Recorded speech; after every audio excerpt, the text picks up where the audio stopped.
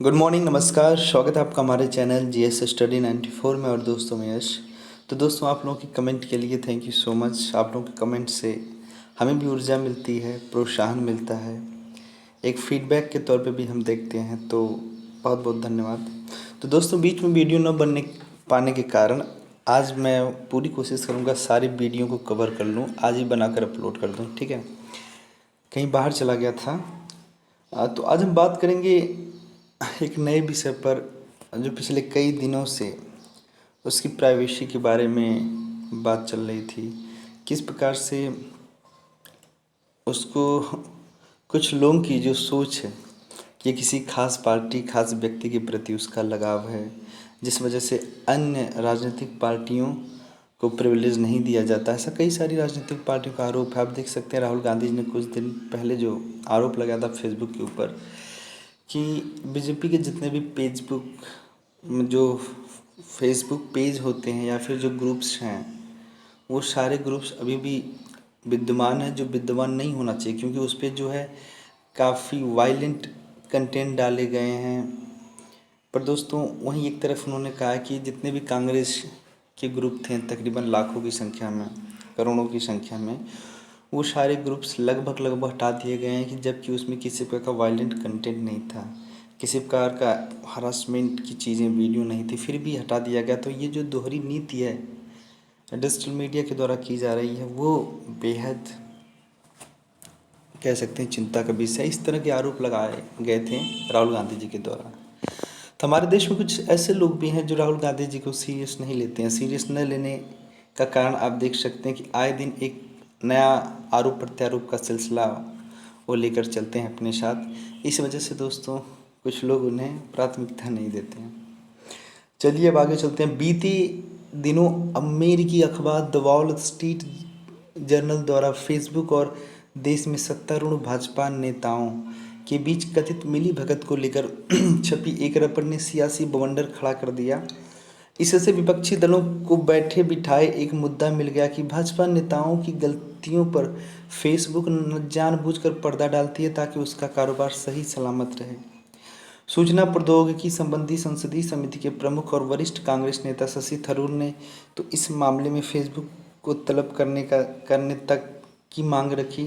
वक्त के साथ ये मामला सुर्खियों से गायब होता दिख रहा है, लेकिन इसी के साथ हमारे समक्ष कई अहम सवाल भी खड़े कर रहा है।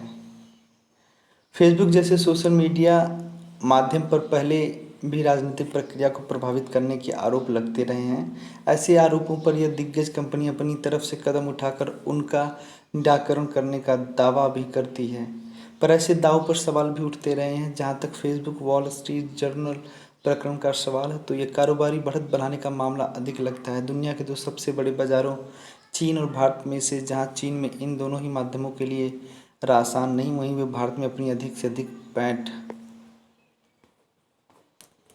बनाने में जुटे हैं। आपको बता दें चाइना में लगभग कई बाहरी जो कंपनियों के एप्लीकेशंस होते हैं, चाहे व्हाट्सएप हो, फेसबुक हो, इन सारी चीज़ों पर वहाँ पर प्रतिबंध है। वो अपने ही देश की निर्मित चीज़ों को उपयोग में लाते हैं। सोचिए चाइना ये सोचता है कि दुनिया के जितने भी देश हैं उनके उत्पाद पर निर्भर रहे हैं, तो वो जो ग्लोबलाइजेशन है उसका वो खुद नहीं फॉलो करता है, फिर भी किसी प्रकार का कोई वैश्विक कानून उस पर हावी नहीं होता। इसमें कोई संदेह नहीं कि सोशल मीडिया बाजार में फेसबुक निर्विवाद बादशाह है। वहीं वॉल स्ट्रीट जर्नल भी भारतीय मीडिया बाजार में पैठ बनाने की रणनीति में जुटा है। बेशक फेसबुक जैसी कंपनियां किसी सरकारी समर्थन की मोहताज नहीं है, लेकिन किसी देश में सुगम परिचालन और अपेक्षित कारोबारी विस्तार के लिए वे सत्तारूढ़ दल या सरकार को खुशामद में पीछे भी नहीं रहती। उन्हें यह भी डर रहता है कि दोस्तों यदि जब चाहेगा तब भारत जैसा देश या जिस देश में यदि आप मिला के नहीं चलेंगे सरकारों से, तो वो देश कभी भी किसी बात पर प्रतिबंध लगा सकता है। तो ऐसे में क्या लोग खुश करने के चक्कर में थोड़ा सा पार्शियलिटी कर देते हैं, जिसे पक्षपात के नाम से भी आप जानते हैं। यह बात केवल भारत के ही लिए नहीं है, बल्कि व्यापक रूप से वैश्विक स्तर पर लागू होती है। ऐसे में कुछ 19-20 हो जाना स्वाभाविक है और यह कोई दबी छिपी बात नहीं है। आपको बता दें ये पहला आरोप नहीं है, ठीक है। इससे पहले अमेरिका में इसी तरह के कुछ आरोप लगाए गए थे। कभी कभार कई चुनाव के परिणाम को फेरबदल करने के भी या फिर निर्णायक की भूमिका में सक्रिय होने में पाया गया है फेसबुक जैसे प्लेटफॉर्म्स को, और उसके ऊपर आर्थिक प्रतिबंध भी लगाया जा चुका है। तो ये पहली बात नहीं है, तो इस पर भी आत्ममंथन विचार विमर्श करने की आवश्यकता है।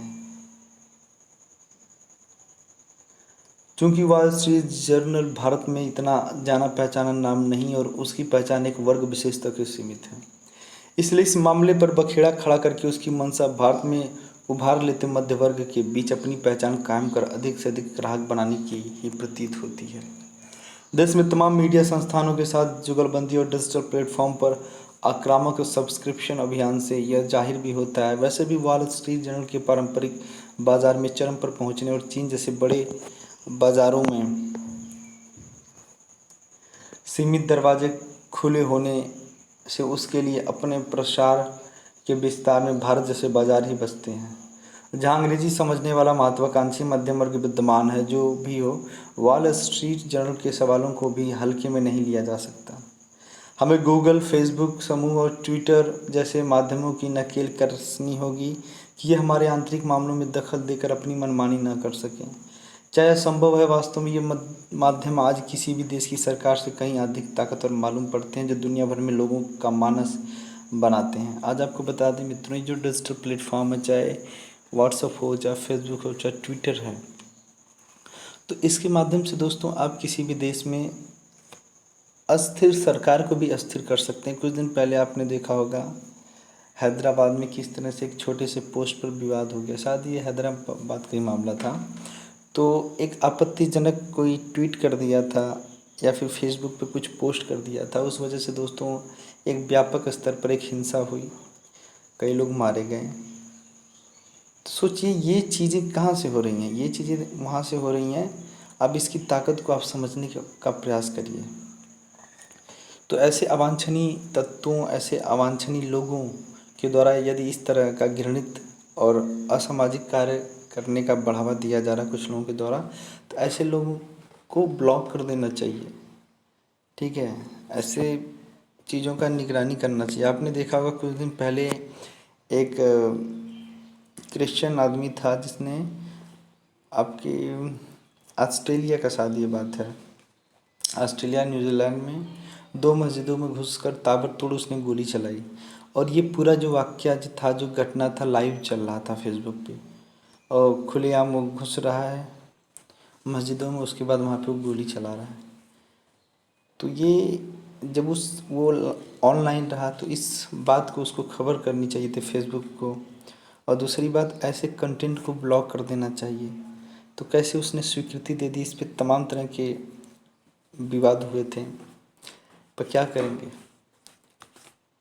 उसके बाद आगे ये कंपनियां अपने तकनीकी एकाधिकारवाद से दुनिया को अपनी अंगुलियों पर नचाती हैं, और सरकारें भी इनके खिलाफ कुछ ठोस कदम उठाने के मामले में लाचार से दिखती हैं। इनकी संरचना, परिचालन और सर्वरों की स्थिति के चलते इन पर अंकुश लगाना खासा मुश्किल है। तब इसका क्या हल निकल सकता है? क्या इन मंचों पर प्रतिबंध लगाकर इनसे जुड़ी समस्या का समाधान संभव है? बिल्कुल भी नहीं। वास्तव में आज हम न केवल अभिव्यक्ति की सूचना और मनोरंजन बल्कि आजीविका के लिए भी इन माध्यमों पर बहुत निर्भर हो गए हैं। आपको पता है कि ऐसे बहुत सारे रोजगार हैं जो इन्हीं पर निर्भर हैं। तो ये गलत नहीं है, जो उपयोग में ला रहा है जो बंदा, उसके ऊपर ये निर्भर करता है कि आप क्या कर रहे हैं। 2 घंटा यदि आप नेट पे व्यतीत कर रहे हैं तो उसमें आप सर्च क्या कर रहे हैं, देख क्या रहे हैं, जीवन से संबंधित उपयोग की जाने वाली चीज़ों के बारे में जानकारी ले रहे हैं, या फिर गलत चीज़ों के बारे में। कुछ ऐसे भी असामाजिक तत्व है जो बम बनाना सीखते हैं यूट्यूब जैसे माध्यमों पर जाकर। तो ये सारी चीज़ें गलत हैं। अमेजन और फ्लिपकार्ट जैसे माध्यमों के जरिए न जाने कितने स्टार्टअप्स को अपने उत्पादों के लिए एक माकूल मंच मिला है। इनके माध्यम से चेन्नई में बना कोई उत्पाद श्रीनगर तक आसानी से पहुंच सकता है। वहीं फेसबुक जैसा मंच उद्यमियों, कारोबारियों के लिए जुड़ाव की कड़ी बनता है, उनके उत्पादों के विपणन में भूमिका बनाता है। इसी तरह गूगल ऐप्स के ज़रिए मिलने वाली नेविगेशन जैसी सेवाएं, ओला, खबर, उबर सरीखी ऑनलाइन टैक्सियों के लिए आधारभूत स्तंभ की भांति काम करती है, जिनसे लाखों करोड़ों लोगों को रोजगार मिला हुआ है। कोरोना काल में लॉकडाउन एवं सोशल डिस्टेंसिंग को अमली जामा पहनाने में जूम और गूगल मीट्स जैसे ऐप भी अपनी उपयोगिता साबित कर चुके हैं। आपको पता है दोस्तों, कोरोना काल में सबसे ज़्यादा जो योगदान था इन्हीं सोशल मीडिया, इन्हीं डिजिटल मीडिया का था। लोग अपने घरों में कैद तो थे, पर पूरी दुनिया में एक जगह से दूसरी जगह पे वर्क फ्रॉम होम किए, उसके बाद किसी से मिलना जुलना हुआ, जूम के माध्यम से लोगों ने मीटिंग लिया। तो इसका उपयोग बहुत है, पर ये आप लोगों के ऊपर निर्भर करता है। आप लोगों को सर्विलांस करना चाहिए इन सब चीज़ों पे। वहीं व्यक्तिगत स्तर पर बात करें तो ये सभी माध्यम लोगों को मनोरंजन अभिव्यक्ति का मंच मुहैया कराने के साथ ही उनके लिए तमाम सहूलियतें लेकर आए हैं। ऐसे में इन पर यकायक प्रतिबंध लगा देने से न केवल कारोबारी मोर्चे पर भूकंप सरी की हालत पैदा होंगे, बल्कि जिन लोगों को इनकी आदत लग चुकी है उनके लिए किसी मानसिक आघात से कम नहीं होगा। सोशल मीडिया कंपनियों ने दुनिया को तकनीकी रूप से खुद पर निर्भर बनाकर अपना दास सा बना लिया है और वास्तव में तकनीकी संभवतः उनके पास है। इस डिजिटल उपनिवेशवाद से कैसे बाहर निकाला जा सकता है, यह एक अलग विषय हो सकता है। फिर भी इस दिशा में उठाए गए कुछ हालिया कदम जरूर एक उम्मीद जगाते हैं। जैसे बीते दिनों चीनी ऐप्स पर प्रतिबंध लगाने के बाद उसके भारतीय संस्करण सामने आए हैं, जिन्हें पहले अपनी पहुंच बनाने का उतना बढ़िया अवसर नहीं मिल पा रहा था। साफ है कि अगर हम पहले करें तो सफल अवश्य हो सकते हैं। इसी तरह हम अपने सोशल मीडिया मंच भी विकसित कर सकते हैं।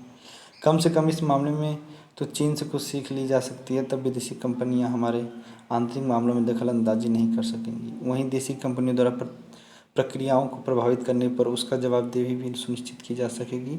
तब सही मायनों में हम तकनीकी रूप से संप्रभु हो सकेंगे। तो आज के लिए इतना ही। नमस्कार, धन्यवाद।